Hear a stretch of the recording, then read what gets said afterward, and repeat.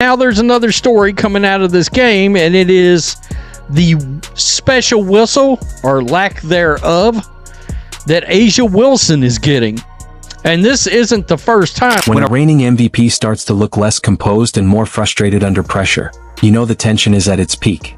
Las Vegas Aces star A'ja Wilson has seemingly hit that boiling point during a heated matchup against the Indiana Fever, where emotions ran high and a controversial moment involving rookie standout Aaliyah Boston has sparked major discussion across the WNBA. Right here was so egregious, man. I just wanted to point it out. I had to point it out, dog.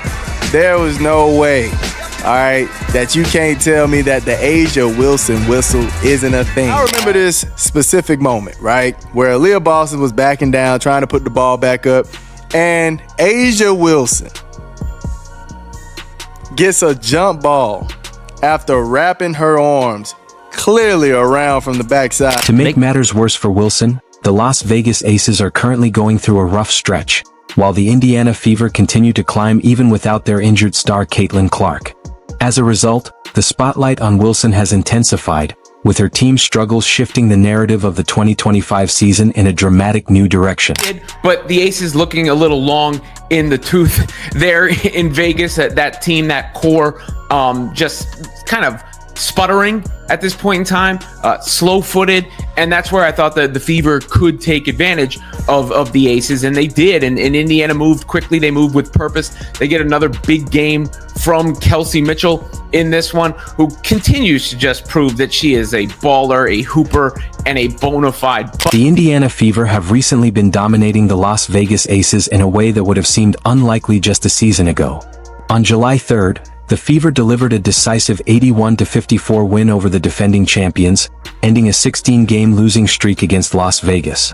And this wasn't a one-off surprise performance. It looked like a clear shift in momentum rather than a fluke result. Aaliyah Boston was just throwing the ball at the basket and hoping for the best, but she locked down A'ja Wilson today. She completely outplayed A'ja Wilson. I don't care what the box score says. She completely outplayed A'ja Wilson. And if she just made a couple of those bunnies, this wouldn't have been a close game at all. 3 weeks later, on July 24th, the Indiana Fever backed it up again, beating the Las Vegas Aces 80-70 and clinching the season series 2-1, despite being without their top star Caitlin Clark.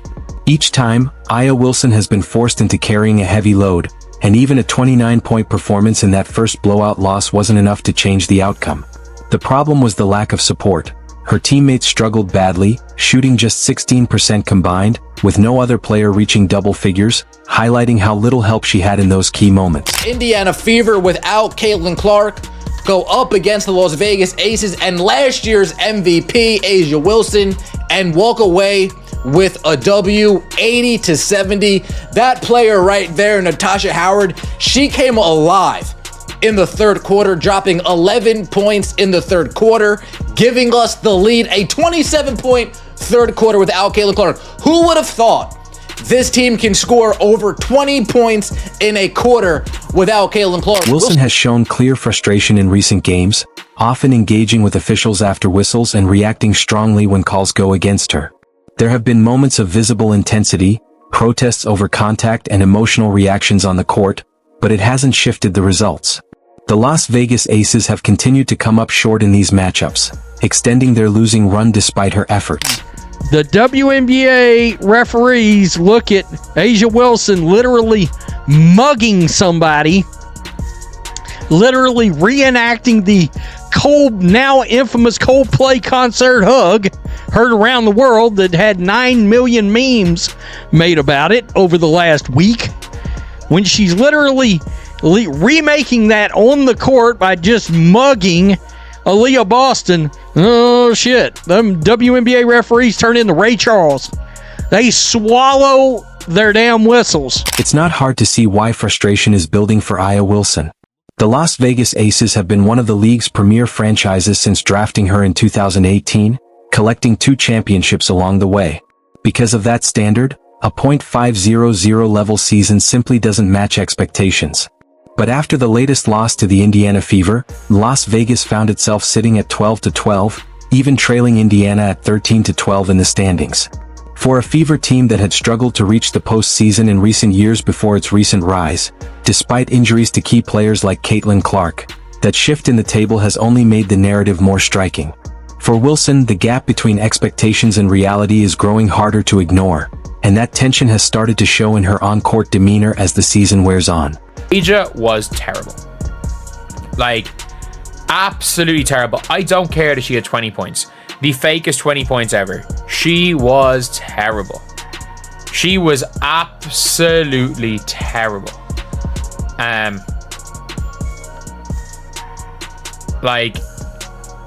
The flashpoint came in the July 24th matchup, and it was hard to ignore.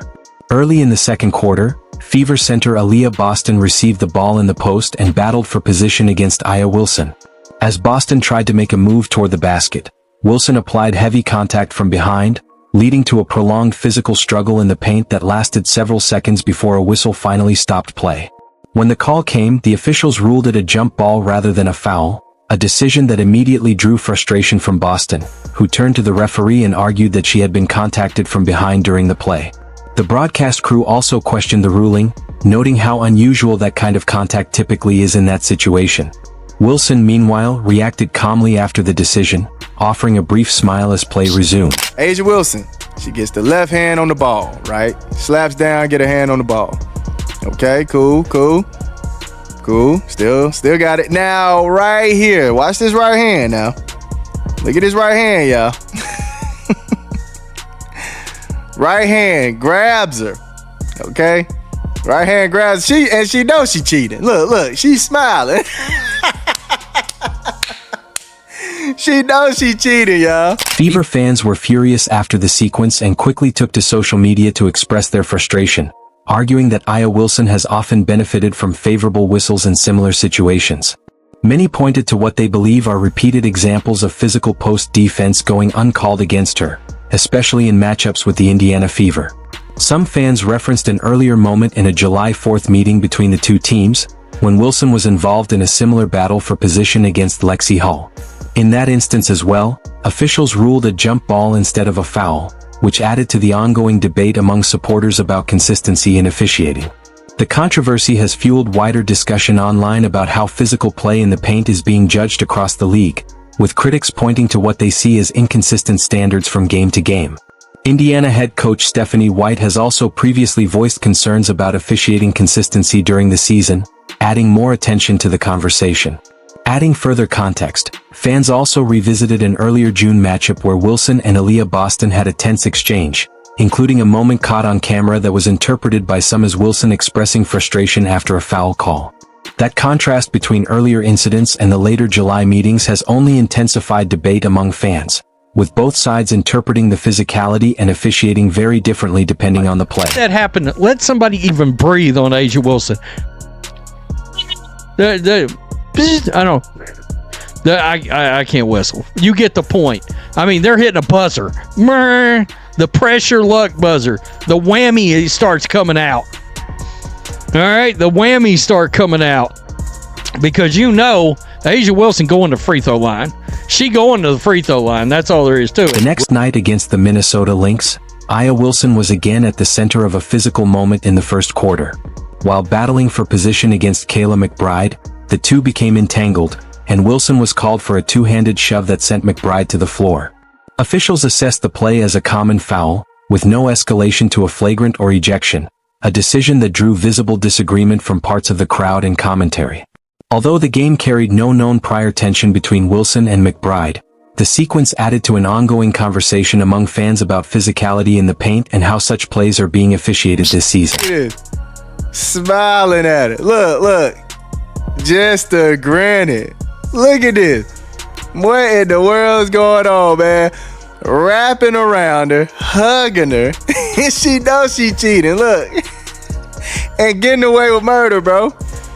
Diabolical work. Look at this. Hugging her. She is hugging her, fam. Oh my goodness. What? Hey, Ref. At this point, man, she need to take her out to dinner, man. Take her out to dinner at this point, Ref.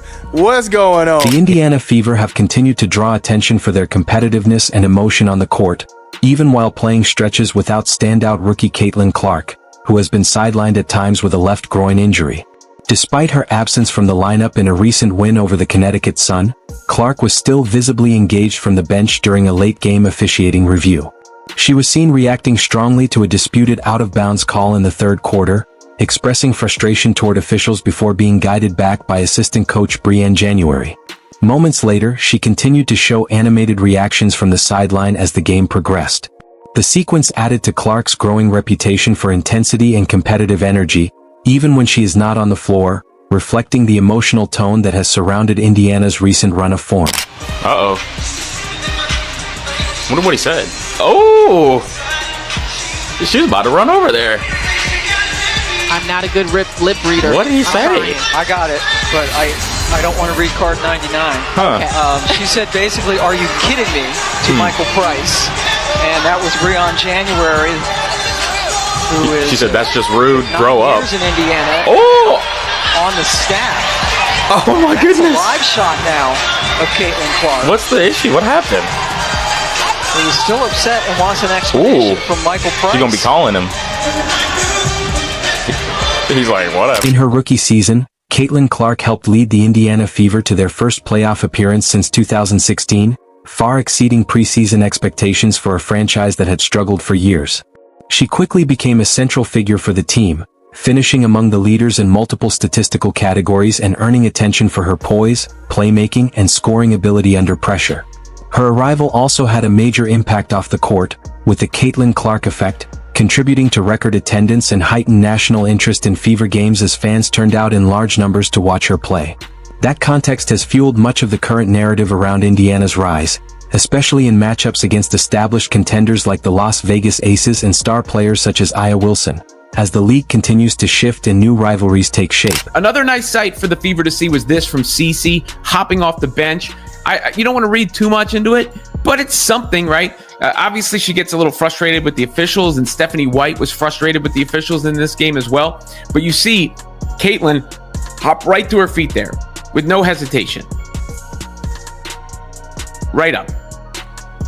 That, again, you can be injured and that can happen, but not moving too gingerly there on the sideline was Caitlin Clark, which is another positive sign. Last season, Aya Wilson earned MVP honors and added another championship to her resume with the Las Vegas Aces, a roster widely regarded as one of the league's strongest. At the same time, rookie Caitlin Clark entered the league and helped transform the Indiana Fever from a lottery team into a playoff contender, quickly becoming one of the most closely watched players in the WNBA. In the current season, Indiana has continued to find wins even during stretches without Clark due to injury, while Las Vegas has faced more inconsistency as rotations and performances fluctuate across the roster. The contrast has naturally fueled discussion about team balance, leadership roles, and how each team is adapting under different circumstances, adding another layer to an already intense WNBA season narrative. Aaliyah Boston's like, come on now. Let me just run it. She's mad as hell. I don't blame her. I don't blame her. Look at this.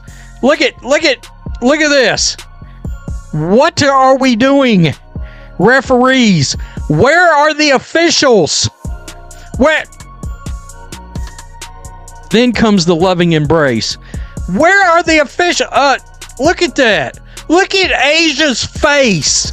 She knows the referees are going to give her the whistle. She knows it. Look at that. Yeah, look at it. Look. There are a couple of competing narratives building around this season, especially when people compare how different stars are impacting their teams. Aya Wilson is already established as a two-time MVP and champion with the Las Vegas Aces, and she continues to produce at a high level statistically, including strong scoring and rebounding performances night to night. At the same time, Las Vegas has faced stretches of inconsistency as injuries and lineup changes have affected overall team balance, putting more responsibility on her to carry offensive and defensive loads. On the other side, rookie Caitlin Clark made an immediate impact with the Indiana Fever in her debut season, helping the team reach the playoffs for the first time in years and quickly becoming a focal point of their offense and identity. Her arrival also coincided with a noticeable rise in fan engagement and attention around Indiana. In the current season context, Indiana has also managed to stay competitive in games even when Clark has missed time due to injury, which has sparked broader discussion about depth, system structure, and how each team adjusts under different circumstances. Overall, the comparison between the two situations has become part of a larger league conversation, but it reflects two very different team contexts rather than a simple one-to-one measure of individual impact.